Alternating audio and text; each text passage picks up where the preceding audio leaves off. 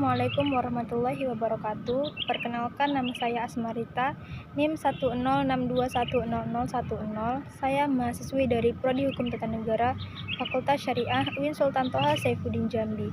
Baiklah, di sini saya akan menjawab pertanyaan mengenai ijtihad. Pertanyaannya yaitu, sudah ada Al-Quran dan hadis, mengapa masih perlu ijtihad? Tidakkah cukup bagi kita menggunakan petunjuk langsung dari Allah SWT? Allah SWT telah menurunkan wahyu Al-Quran dengan ayat-ayat yang jelas. Bukankah Al-Quran merupakan kitab yang sempurna? Tidak ada satupun yang tidak terdapat di dalam Al-Quran. Dan bukankah Rasulullah SAW sudah mewariskan dua pedoman yang selama ini kita berpegang teguh pada keduanya? Untuk menjawab pertanyaan ini, maka ada beberapa jawaban yang dapat dikemukakan. Satu, tidak sesederhana yang kita bayangkan. Kita yang awam ini biasa menyederhanakan masalah.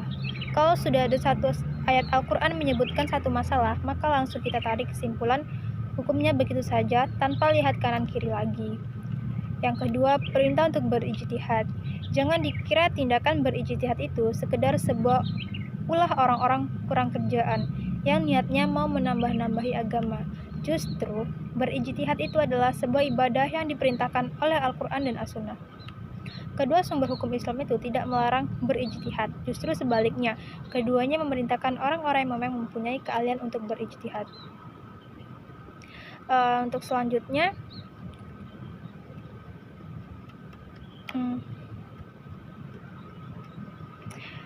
tentang perubahan zaman. Sudah menjadi sunatullah bahwa zaman selalu mengalami perubahan. Apa yang berlaku di tengah masyarakat untuk satu kurun waktu tertentu bisa saja berubah pada kurun waktu yang lain. Oleh karena itu, Islam membutuhkan orang-orang yang mampu berijtihad dengan benar. Agar perubahan zaman itu tidak lantas membuat nas-nas dari Al-Quran dan As-Sunnah menjadi usang dan tidak terpakai. Salah satu contoh bagaimana perubahan zaman bisa berpengaruh pada perubahan ijtihad adalah tentang khamar. Khamar di masa Nabi SAW terbatas pada dua jenis tumbuhan saja, yaitu kurma dan anggur. Kita harus terpaku pada teks dan realitas di masa Nabi SAW, maka khamar itu hanya sebatas minuman yang terbuat dari kurma dan anggur saja, sedangkan ribuan jenis minuman keras lainnya tidak termasuk khamar. Di masa sekarang ini, khamar bentuknya tidak hanya sebatas minuman, tetapi bisa berupa makanan, obat atau pil, suntikan, bahkan asap yang dihirup. Bahan bakunya pun bisa apa saja, tidak harus terikat dengan kurma, anggur, atau alkohol. Selanjutnya, semakin luasnya negeri Islam. Ijtihad sangat dibutuhkan mengingat wilayah negeri Islam sepeninggal Rasulullah SAW semakin meluas. Negeri yang penduduknya tidak mengerti bahasa Arab, tiba-tiba mereka memeluk agama Islam. Syam, Persia, Mesir, dan Yaman di masa itu bukan bagian dari tanah Arab. Agama yang mereka anut di masa itu pun bukan agama Islam. Sementara agama Islam yang 100% turun di tanah Arab langsung kepada orang-orang yang dalam budaya Arab ini harus masuk ke berbagai negeri yang baru dan jauh dari pola budaya dan kehidupan bangsa Arab.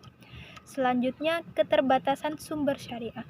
Meski Al-Quran adalah kitab yang lengkap dan tidak ada satupun masalah yang terlewat, namun bukan berarti Al-Quran adalah sebuah ensiklopedia umum yang memuat materi apa saja.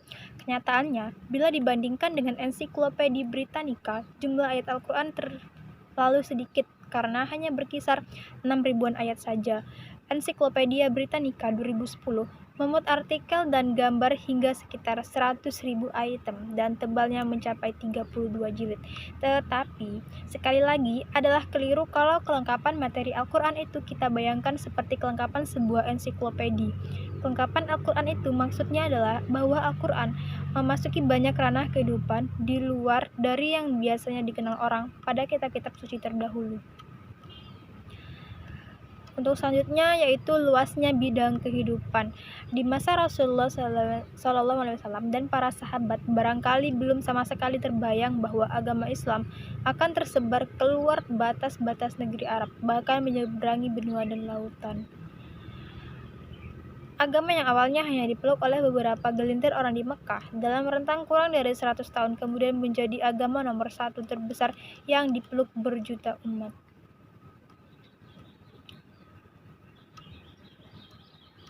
Selanjutnya mengenai kritik hadis. Pada dasarnya, Meneliti kesahihan suatu hadis tidak lain dan tidak bukan adalah bagian dari ijtihad. Di masa lalu, para mujtahid sudah bisa dipastikan adalah juga seorang ahli hadis yang keahliannya termasuk meneliti dan mengkritik hadis. Dengan kata lain, studi kritik hadis atau naqd hadis adalah bagian dari ijtihad yang mutlak harus dilakukan oleh semua mujtahid dan ahli fikih. Untuk pertanyaan yang kedua yaitu apa itu ijtihad dan apa saja kriteria orang yang layak berijtihad? Secara bahasa, kata ijtihad berasal dari kata dasar ijtahada yajtahidu. Akar katanya bersumber dari 3 huruf hijaiyah yaitu jahada. Di dalam kamus, kata ini bermakna bersungguh-sungguh atau melakukan sesuatu dengan sungguh-sungguh. Sedangkan para fuqaha mendefinisikan istilah ijtihad ini dengan berbagai ungkapan sesuai dengan perbedaan mereka dalam memahami ijtihad serta ruang lingkupnya. Disebutkan di dalam Al-Mawsu'ah Al-Fiqhiyah Al-Kuwaitiyah bahwa kata ijtihad menurut para ahli ilmu ushul fiqh berarti mengerahkan segenap kekuatan yang dilakukan oleh seorang ahli fikih untuk menghasilkan hukum syar'i yang bersifat zanni. Tetapi apa yang dimaksud dengan kalimat itu dan bagaimana bentuk teknisnya? Dalam realitanya, apa yang disebut dengan mengerahkan segala kekuatan itu adalah segala kerja dalam menarik kesimpulan hukum syariah, mulai dari hulu hingga hilir. Di hulu misalnya, mulai dari mencari dan menetapkan dalil syariah, lalu memeriksa keterkaitan dalil itu dengan madlulnya. Diteruskan dengan kerja untuk memastikan kekuatan dalil itu, khususnya bila berupa hadis, agar jangan sampai dalil yang digunakan masih bermasalah dari segi kekuatan sanad dan ketersambungannya. Untuk selanjutnya, apa saja kriteria orang yang layak berijtihad? Kriteria orang yang layak berijtihad yaitu 1. Beragama Islam. Seorang mujtahid disyaratkan harus beragama Islam karena percuma ijtihad fikih dilakukan seorang sementara hatinya tidak meyakini kebenaran agama Islam yang dibawa oleh Rasulullah SAW. Yang kedua, Shahihul Fahmi.